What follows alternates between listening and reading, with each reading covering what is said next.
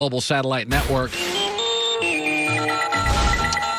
Look, he's got a nice haircut. I got a nice haircut. Joy's hair, by the way, Joy's hair today is, folks, absolutely spectacular. This is your best hair day since you've been on the show. It's your single best hair day. Thank you. I mean, it's spectacular. It's almost, she's like, I used to say this about Jesse Palmer at the other place. You can't be in the same room with him. Yeah. He's so handsome. He was on The Bachelor, right? I know. Wasn't he like What's the point? Okay, yeah. I mean, Joel Klatt's good looking, but I can be in the same room with him, you know.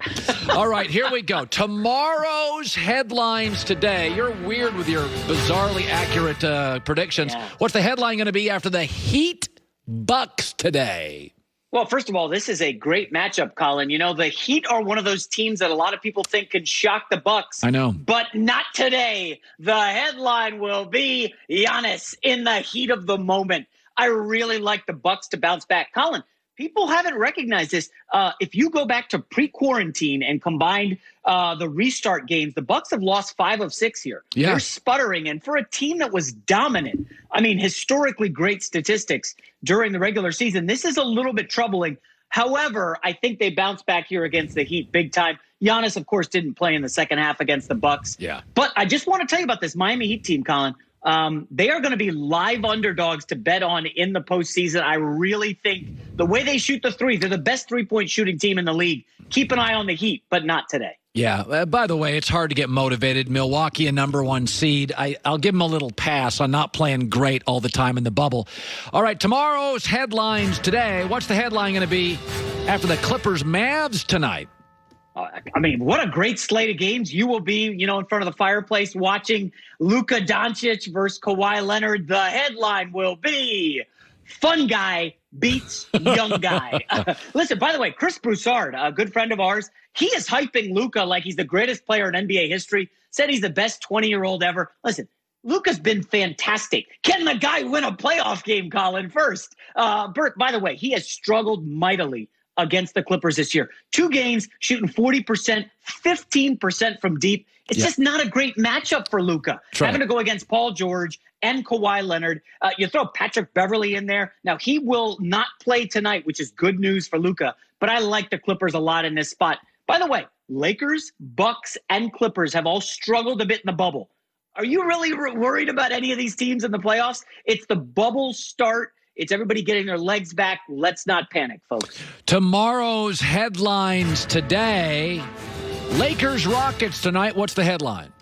I was trying to calculate how many hours you spent on the Lakers. Many people are concerned about the Lakers. The headline will be Lakers caught between Rockets and a Harden place. Listen, this is a tough one for the Lakers. As you said, LeBron not playing tonight. Now, Russell Westbrook apparently is not going to play either. This sets up James Harden for another one of those 50-point games. Just a quick word on LeBron before we move on. Okay, if you look at the last 2 seasons with the Lakers, Colin, LeBron in the early games of the season has gotten off to a slow start. He's getting everyone else involved. There's no need to panic. Okay, LeBron has not been great in the bubble, but he lost Avery Bradley, one of his starters. He's working Dion Waiters, all these new lineups. Lakers are going to be fine. Now, tonight, they're probably going to get blasted. If you saw the line, the Lakers were favored. Then LeBron goes out. Now the Rockets are heavy favorites. Not a good spot for the Lakers. I'm not worried about them. Unlike you, I think the Lakers win the championship. Yeah, I don't think they defend the three particularly well, and Avery Bradley was a nice defender who could get out on the wing. That's what, by the way, that's what the Clippers do exceedingly well, and why I do think the Clippers would beat the Lakers. We move on. Tomorrow's headlines today. What's the headline after the Celtics-Raptors Friday? By the way, Celtics have been a big disappointment for me. What's the headline? Well, remember last week here, I said the Raptors plus 700 to win the East. That's now down to plus 500. Hope you guys listen to me.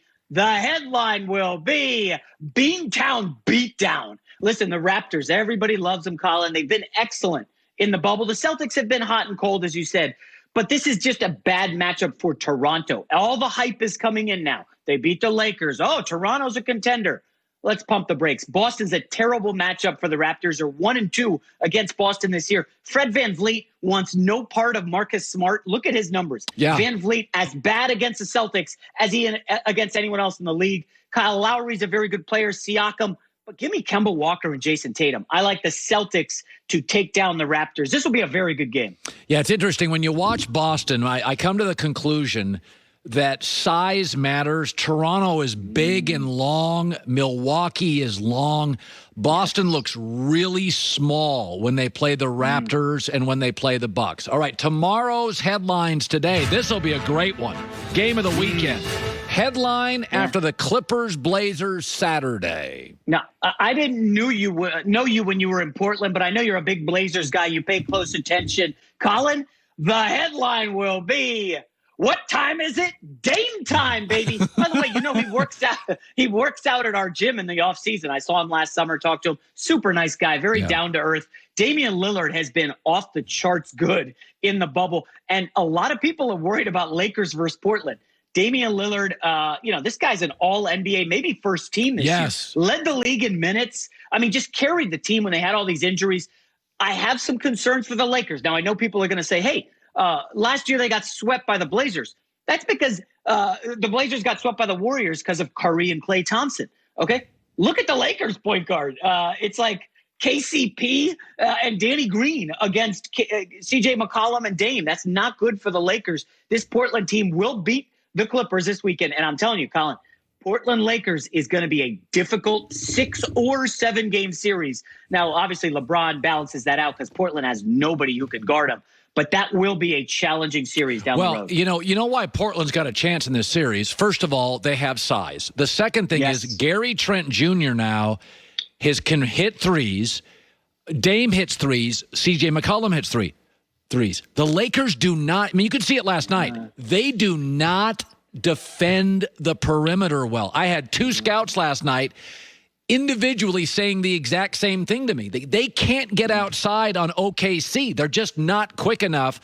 So everybody says, well, who's going to guard LeBron? LeBron's going to play 38 minutes, not 48. So LeBron can stack it up. I think Portland's ability to hit the three, move the ball, well coached, and they match up Zach Collins, Whiteside. Nurkic is probably the best player in the league that nobody knows. I think Portland's a tough matchup for LA. Yeah, we were excited about Pelicans-Lakers maybe. Portland-Lakers is going to be phenomenal. Outstanding series in the first round if it happens. Okay, let's see. I'm trying to think anything else I've asked you. Jets, we're all good. You have a new podcast. Straight Fire debuts Monday. You may be the first guest. You're in the mix. We're considering a couple other people.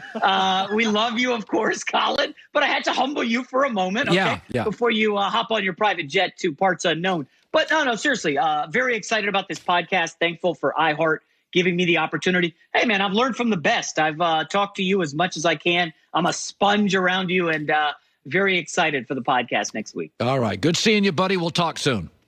All right, man. I remember when he was a blogger, and I blew up his site accidentally. It felt terrible. And long story, got in trouble for it. But the point was we struck up a relationship. So I would talk to him every couple of weeks, and I would call, and I would actually get great information. Blogs were hot. And I would call him and say, give me 2 things this week that are way more popular on your site than I would think. And he would say, this is a hot topic, and stay away from this. And I swear to God, he was like a part-time producer for 2 years. I would call him. I'm like, what is your young audience? What are they into? And he'd like, oh, my God, they're just off this, and they're totally into that. And it is amazing. He's very intuitive on what the audience wants. Because, in our business, my instinct sometimes, I like something, but you don't like it. Like there are things like I'm a huge. Also, like the internet can be way into something that the rest of the world is unaware of. I love the MLS and the World Cup, but good God, if you go to the internet, you'd think baseball should stop and soccer runs the world. And I'm a soccer guy. But there's some, because baseball's got an older audience, and Twitter and social media is younger people. I like to keep in mind that the internet is a place most people go to complain. Yes. Like when they're happy with something, nobody goes there. They're like, I really love this. There's so much less of